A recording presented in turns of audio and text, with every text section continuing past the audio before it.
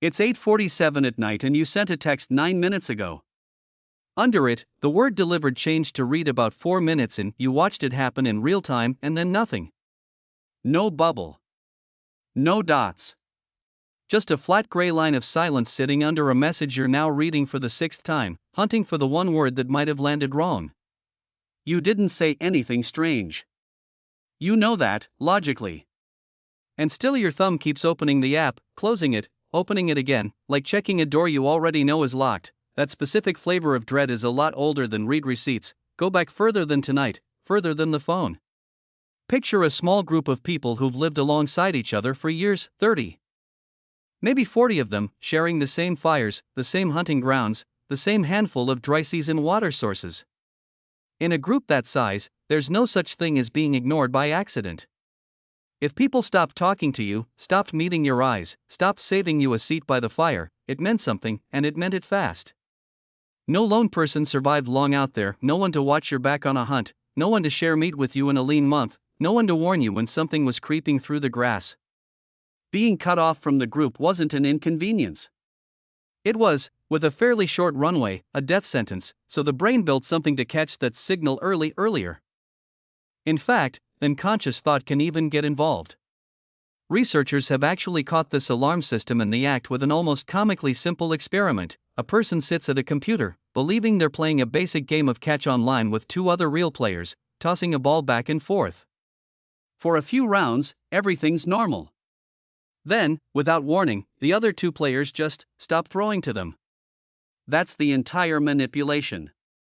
No insult, no argument, nothing said at all, just a ball that stops coming.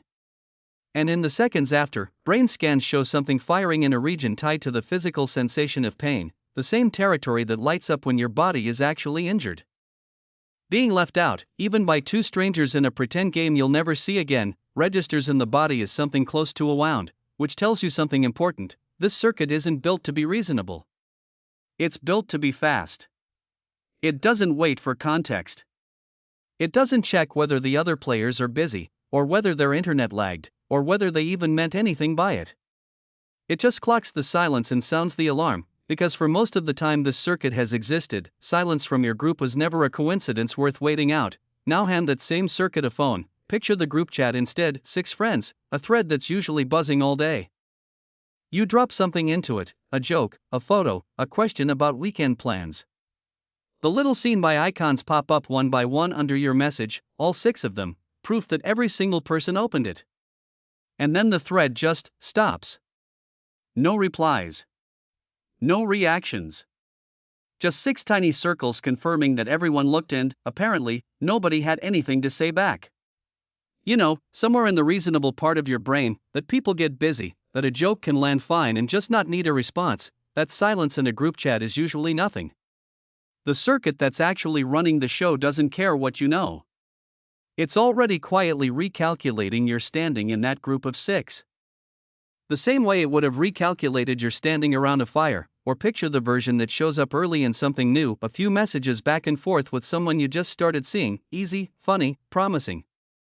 You send something a little more real than usual, a little more you, and then you watch 3 gray dots appear at the bottom of the screen. They're typing. You feel the small relief of that, the sense that a reply is already forming. And then the dots vanish. No message arrives. Just an empty space where a reply was clearly, undeniably being written a second ago, now gone. Your brain doesn't file that as they got distracted or they changed their mind about the wording. It files it as the ball stopping midair, and it starts running the same ancient math it always has. Something is wrong, and it's probably about me. There's a smaller, more private version of this too, one that happens almost every time the silence stretches past a certain point. You start drafting alternate versions of the message you already sent, imagining how it could be misread, softening a word here, wondering if a period at the end sounded cold, if you should have used an exclamation point, if the joke reads as sarcastic to someone who can't hear your voice.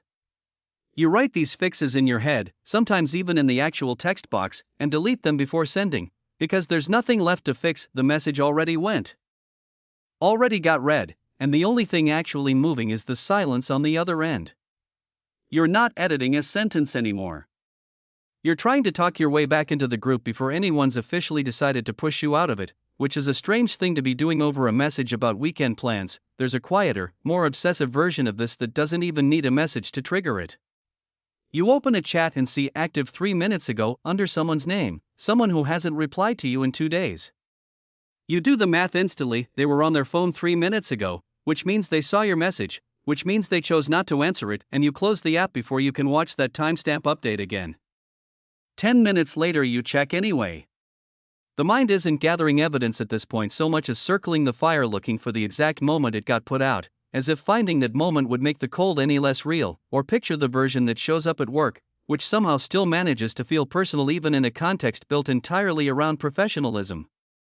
You send your manager a message at 6 p.m. flagging a problem, phrase it carefully, hit send, and then watch the little read timestamp appear almost immediately. They saw it right away, followed by nothing at all. No got it, no let's talk tomorrow, no acknowledgement of any kind. You go to bed reasonably sure you're about to lose your job. What actually happened, 99 times out of 100, is that they read it on the walk to their car, made a mental note, and got swallowed by dinner and a kid's homework and forgot to type 4 words back. But your circuit doesn't run probability.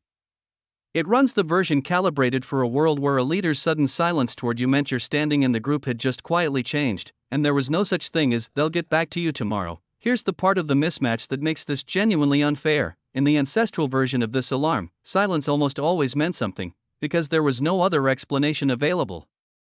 Nobody's phone died around a fire. Nobody was stuck in a meeting that ran long, or driving through a dead zone, or asleep, or simply the kind of person who reads a message, agrees with it completely, and forgets to type cool back.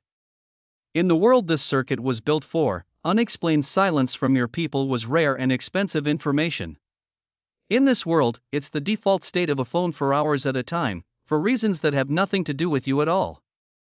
The alarm hasn't been updated to know that. It still treats 45 minutes of silence with roughly the same urgency it would have given 45 minutes of being physically shut out of the group. It isn't only bad news, though, and it's worth sitting with the other half honestly. Picture the moment those 3 gray dots reappear after they'd vanished, how disproportionately good that feels, how a single typing indicator can unclench something in your chest in under a second. That relief is the same circuit, working exactly as designed, just running in the other direction. Proof arrived that you're still in, still counted, still being replied to. The intensity of that relief is really just the mirror image of how seriously the alarm takes silence in the first place. You wouldn't feel the good version so sharply if the bad version wasn't running underneath it the entire time, so go back to 847, the message marked read, the gray line where a reply should be. That isn't proof you said something wrong, and it isn't proof you're being quietly frozen out by someone who, statistically, is far more likely to be cooking dinner or asleep on the couch or just bad at replying to texts than plotting your removal from their life. It's a few 100,000 years of an alarm system doing exactly the job it was built for, at exactly the speed it was built to do it, a system calibrated for a world where silence from your people was rare, expensive, and almost always true. Nobody ever went back and told it that silence, now, mostly just means somebody's phone is in their pocket. Your brain isn't wrong to worry.